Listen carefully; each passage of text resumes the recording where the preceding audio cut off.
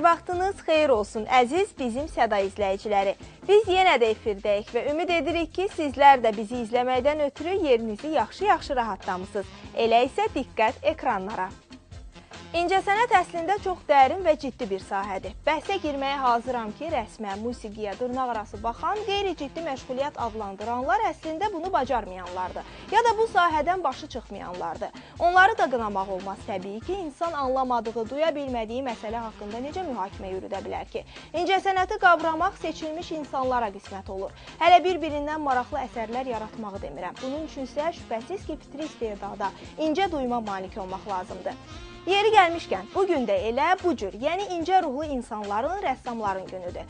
Özü də 2D üslubunda sənət əsərləri yaradan rəssamların. Bugün haqqında isə daha ətraflı əməkdaşımız Xəyalənin təqdim edəcəyi video materialdan biləcəyik.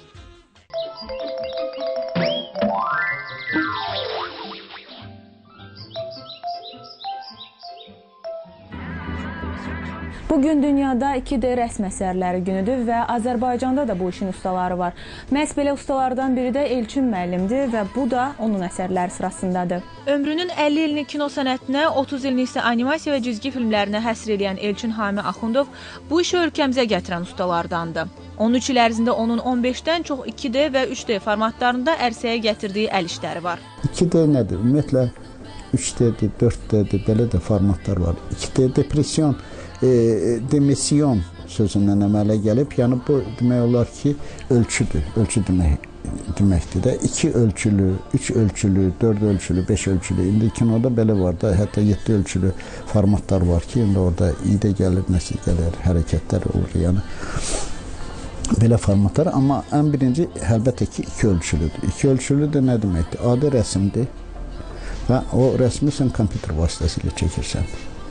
Orada da rəngləyirsən, misal üçün, baxır, hansı proqramlarda sən işləyirsən kompüterdə. CorelDRAW var, Photoshop, Adobe Photoshop var, Adobe Premiere var, misal üçün, sonra Adobe Illustrator'dır. Bax, bu formatlar, onlar 2D, 2 ölçülü formatlardır. Yəni, vərəqin üstündə ancaq 2 ölçüdə eləyirsən, 3-cü ölçü yoxdur. Sənətkar təhsil və tərbiyənin təməldən başladığını bildirir. Animasiya və cizgi filmlərinin övladlarımızın dünya görüşünü kiçik yaşlardan formalaşdırmadakı əhəmiyyətini vurğulayan ustad məhz bu yolla insanlığa dəstək olduğunu bildirir.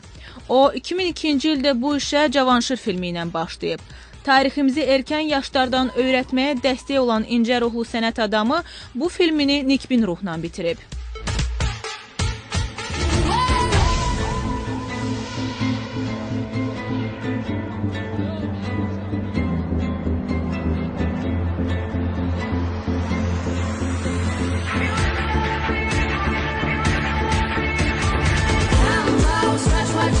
Bir neçə dəqiqəlik animasiyaların heç də asan başa gəlmədiyini bildirən Elçin müəllim, alın təri və sonsuz əməyin məhsulu olan kitablarda da 2D formatından istifadə edir. Qiymətli əl işi olan bu kitablardan bəziləri UNESCO-nun təşəbbüsü ilə hətta şəhərimizə gələn turistlər üçün də nəşr edilib. Mən ümumiyyətlə özüm özlüyümdə başladım 90-cı illərin ortalarında, hardasa 96-dan, 97-dən. Kompüter əldə etdim və kompüter vasitəsilə mən başladım kitab illüstrasiyaları eləməyə və mənim xeyli kitablarım var, yəni uşaqlar üçün xeyli kitablarım var və gördüyünüz bu kuklalar ki var ətrafda, bu kuklalar hamısı özünü düzəltdi, interaktiv kitablardır. Uşaq özü kəsir, misal üçün bu muşkiçorda onu kəsir, sonra məndə məştubat silsiləsi var ki, məktubadın personajlarını mənə orada eləmişəm. Uşaq özü kəsir, o personajları eləyir. Düşüncə və bacarığın adi kağız üzərində yaratdığı sənət nümunələrindəki kiçik detallar belə önəmlidir. Daha sonra kompüterə köçürülən təxəyyülün məhsulu zaman və səbrin birləşməsi ilə Photoshop və CorelDRAW kimi proqramlar vasitəsilə animasiya və cizgi filmlərinə çevrilir.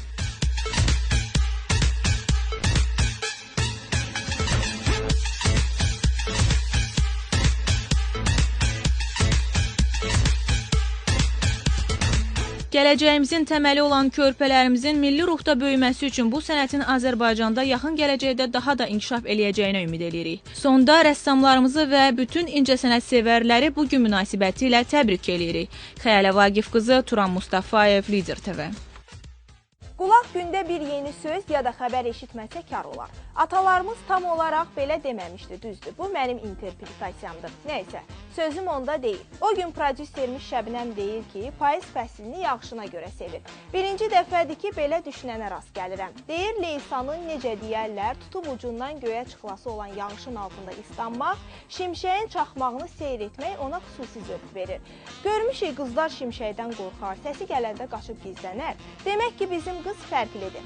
Şimşəkdən söz düşən kimi Babəkin gözlərində qığılcım gördüm. Nədir Babək? Yoxsa bu məsələni də araşdırmısan? Deyəsən elə mən deyəndir. Onda buyurun bir yerdə izləyək. Görək təbiət hadisəsi olan bu şimşək necə yaranır ya da necə baş verir?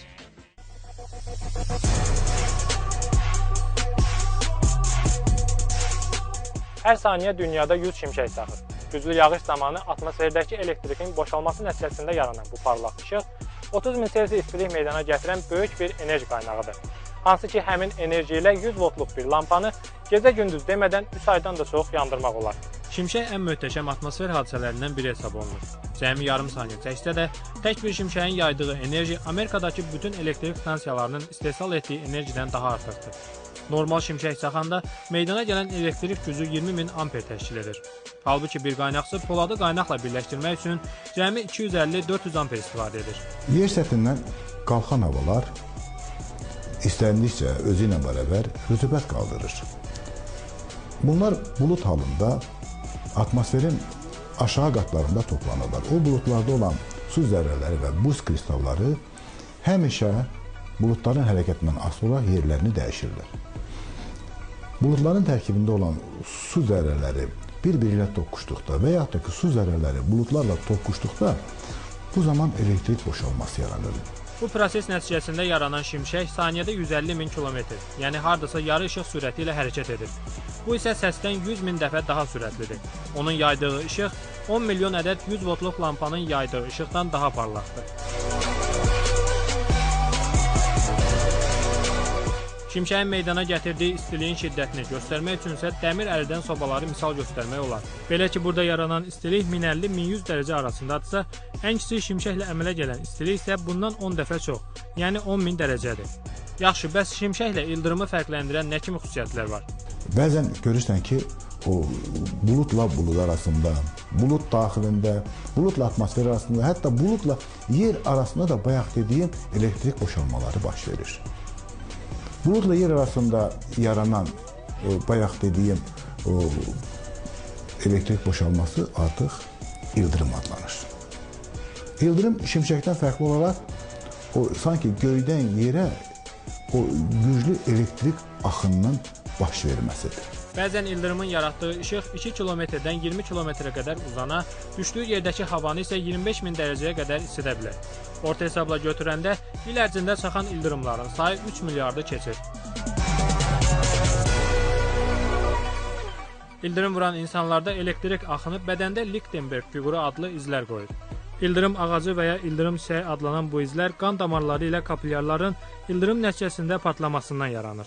Bu zaman nə baş verir? Hər hansı bir nahiyyə düşürsə, dərinin, belə deyək ki, açıq bir nahiyəsinə harasa düşürsə, çaxma o voltun gücündən asılı olaraq həmin nahiyədə yanğın əmələ gəlməsi və ora əmələ gələn yerdə qanın tərkibində olan leykositlərin sürətlə axması oraya baş verir.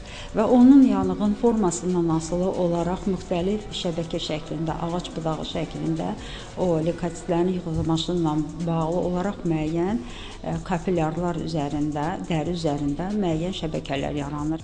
İldırım vuran insanın həyatda qalma şansı 100 mində bir hal kimi qiymətləndirilir. Lakin nə qədər mümkünsüz görünsə də, ildırım vurmasından sonra həyatda qalan insanlar da var. Elə Çində təhlükəsizlik kameralarının birində qeydə alınan belə bir hadisə də elm adamlarını xeyli təəccübləndirib. Yağışdan qaçarkən ildırıma tuş gələn bu şəxs möcüzə nəticəsində bir müddətdən sonra özünə gələrək ayağa qalxır.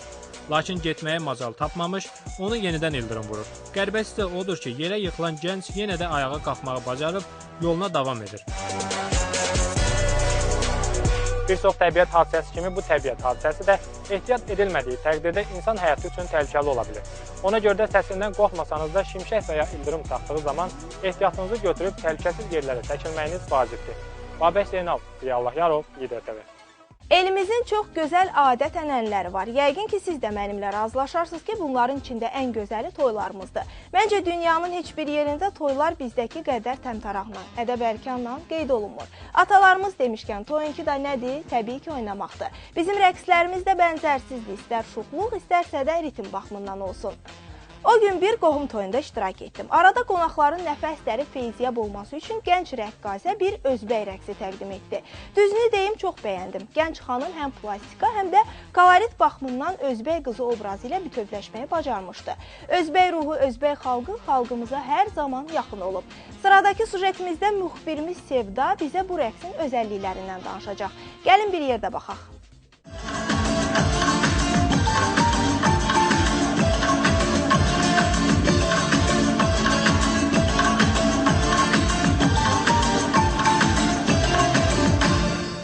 Rəqs etmək insanı rahatlaşdıran və stressdən çıxaran ən yaxşı vasitələrdən biridir. İnsan rəqs etdiyi zaman sözün əsl mənasında başqa dünyaya düşür və unudulmaz anlar yaşayır. Bugün özünə məxsus ritmlərlə, musiqisi ilə və mimikası ilə məşhur olan özbək rəqsindən danışacağıq. Bu rəqsin necə və nə zaman yaranmasını dəqiq bilmək istəyirsinizsə, diqqətiniz bizdə olsun.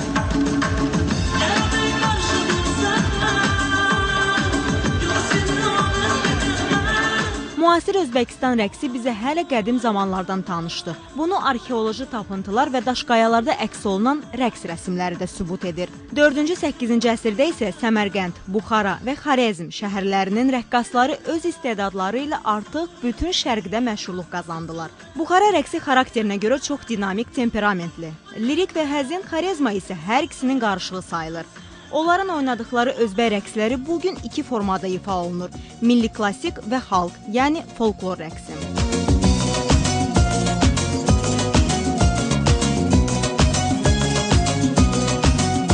Klassik rəqslərin öz məktəbləri var. Onlar sırf peşəkar səhnə üçün yetişirlər. Folklor rəqsləri isə bölgələrdə, bədii öz fəaliyyət dərnəklərində həvəskar ifaçılar üçün nəzərdə tutulub.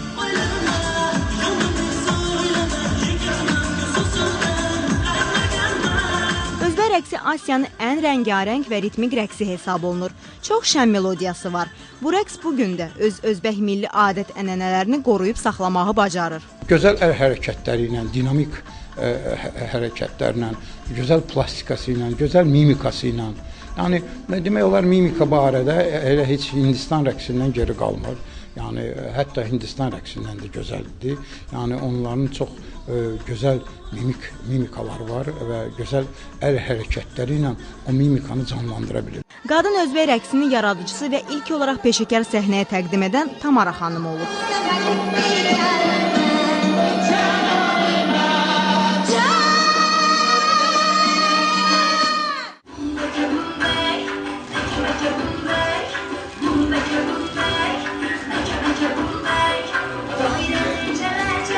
Özbək rəqsində əsas özəllik ondan ibarətdir ki, burada çətin və ifadəli əl hərəkətləri olmalıdır.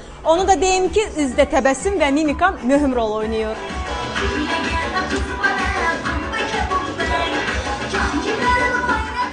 Milli özbək rəqsləri bütün ailəvi və şəhər bayramlarında ifa olunur. Bununla da rəqs nəsildən nəsilə keçərək öz gözəlliyini və qədimliyini qoruyub saxlayır.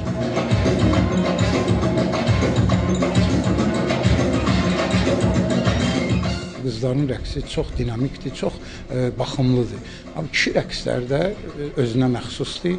Yəni, əl qaydaları, məsələn, bizim Azərbaycan rəqslərinin əl qaydalarına oxşayır. Çünki biz də onlar kimi türk dilli xalqlarıq, yəni bir balaca onlarda doli ilə, yəni bizim demək o təbillə, biz təbil deyərik, onlar doli deyər, davullarla hərəkətləri ifa eləyərlər, ritmlə hərəkətləri çox ifa eləyərlər. Bax belə, bizdən bu qədər. Özbək rəqsinin nə qədər maraqlı, ritmik və rəngarəng olduğunu yəqin ki, siz də gördünüz. Odur ki, özbək rəqsinin sehrinə düşənlər asanlıqla bu rəqsi öyrənə bilərlər. Sevda Bayramova, Ziya Allahyarov, Lider TV.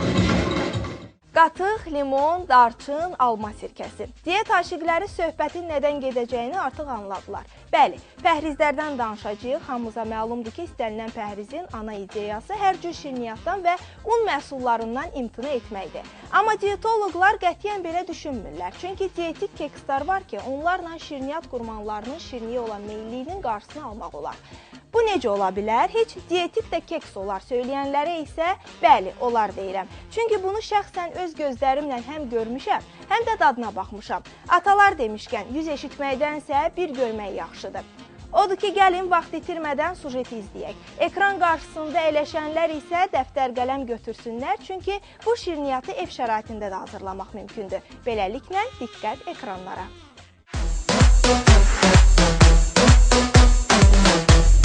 Adətən xanımlar şirniyyatdan uzaq qaçırlar ki, kökələ bilərlər, bəli. Amma bugün biz elə bir şirniyyat hazırlayacağıq ki, bu şirniyyatın tərkibində undan istifadə olunmayacaq. İndi deyəcəksiniz ki, unsuz da şirniyyat olar, bəli olar. Bu işdə isə bizə usta Rahim kömək olacaq. Diqqətiniz bizdə olsun, başladıq.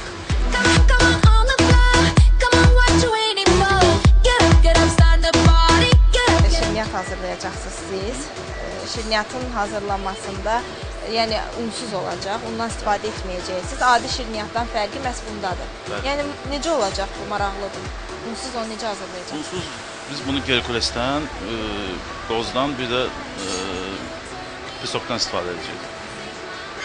Alma olacaq, bir də bal. Buyurun, göstərin. Və 200 qram Herkules əlavə edirik.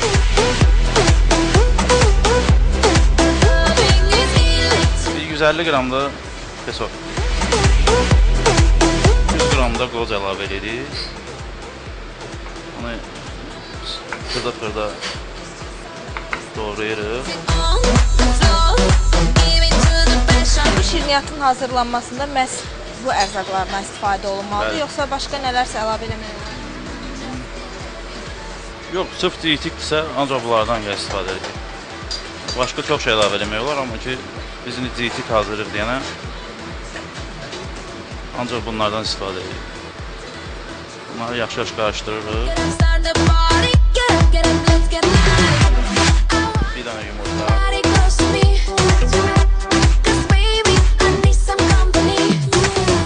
Biraz da kərə yağı əlavə edirik. Az miqdarda. Demək, bunlar hamısını qarışdırandan sonra bu tam belə vəziyyətə gəlib çıxır. Nə bərk olmalıdır, nə də çox sulu olmalıdır. 15 dəqiqəlik qoyuluruq xaladenika, soyuducuda qalsın.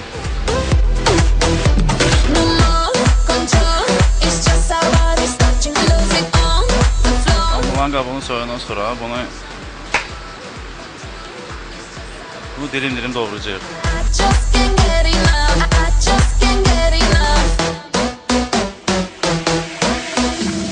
Almaları biz balın içində pişirəcəyik.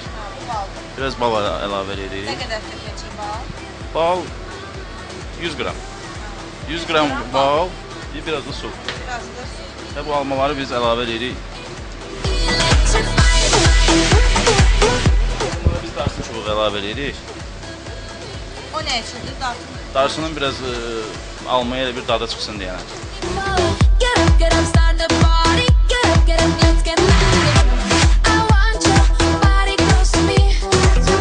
Gördüyümüz kimi alma artıq hazırdır. Onu biz çox da həl pişirmədik, biraz qızartdıq. İndi bunu xəmiri hazırlayıb, bu xəmirin içine əlavə edib pişirəcəyik. Demək, xəmirimizi soyuducudan çıxardandan sonra bunu bu halqa şəklində hazırlayırıq.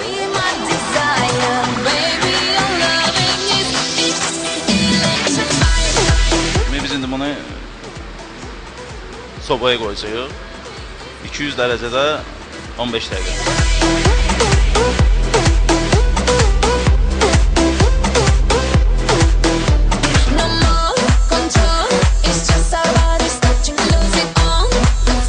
Biz almaları bunun içine yığırıq.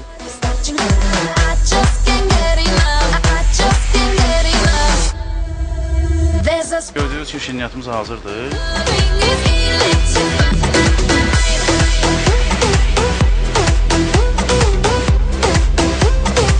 Əslində Şirniyyat olaraq çox dadlıdır. Heç adi şirniyyatdan heç bir fərqi yoxdur, yəni dadında. Şirindir, dadlıdır. Bir fərqi var ki, ondan ibarətdir ki, sırf dietik sayılır. Odur ki, əziz xanımlar, xüsusən də diyeta saxlayan xanımlar, siz də ev şəraitində hazırlayıb rahatlıqla dada bilərsiniz. Bu qədər. Ülvi Elxan qızı, Ülvi Rəhimov, Lizer TV. Bax belə, bizdən bugünlük də bu qədər. Verilişi tam halda izləyə bilməyənlər isə YouTube-a daxil olub bizim səda yazmaqla bu istəklərini gerçəkləşdirə bilərlər. Sağ olun, salamat qalın. Başladım. Qulaq gündə bir yeni söz ya da xəbər eşitməsə kabab olar. Bu nədir belə? Bu istəklərini... Elə bildim ki... İncəsənət əslində çox dərin. Bir dənə düşün, təzdən qalın.